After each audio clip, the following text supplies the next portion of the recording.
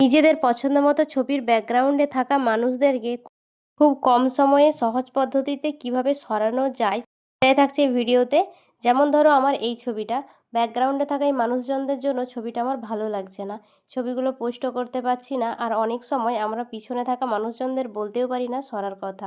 এরকম কিছু ছবি তোমাদের প্রথমে দেখায়, দেখো এই যে ছবিগুলো।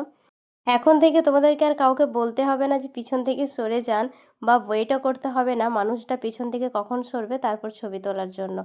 এর জন্য কোনো রকম আলাদা অ্যাপস লাগবে না, নিজেদের ফোন থেকে নিজেরাই খুব সহজ পদ্ধতিতে করে নিতে পারবে। এই যে ছবিগুলো দেখালাম, চলো তাহলে এবার শুরু করি প্রথম ছবিটা থেকে। প্রথমেই তোমরা তোমাদের গ্যালারি থেকে পছন্দ মতো ছবিটা নিয়ে নেবে, যেটা থেকে তোমরা ব্যাকগ্রাউন্ডটা ক্লিয়ার করতে চাইছো।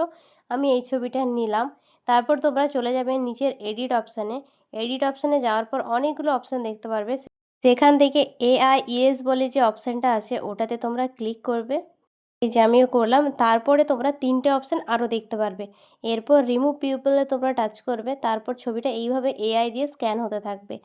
স্ক্যান হতে হতে তোমাদেরকে এখানে চুজ করতে হবে যে তোমরা সবকটা মানুষই চাইছো না একটা মানুষ। একটা মানুষ হলে একটাতে টাচ করবে, আর সবকটা চাইলে রিমুভ অলে টাচ করবে। তাহলে সব পিছনে যাবতীয় মানুষজন কিন্তু চলে যাবে কিছুক্ষণের মধ্যে। দেখলে তো কিরম ম্যাজিক হলো, ভীষণ সুন্দর একটা পদ্ধতি। তোমাদের এটাতে উপকার হলো কিনা আমাকে অবশ্যই জানিও, আর পারলে ভিডিওটা একটা লাইক করে দিও। চলো আজকের মতো আসি, টাটা।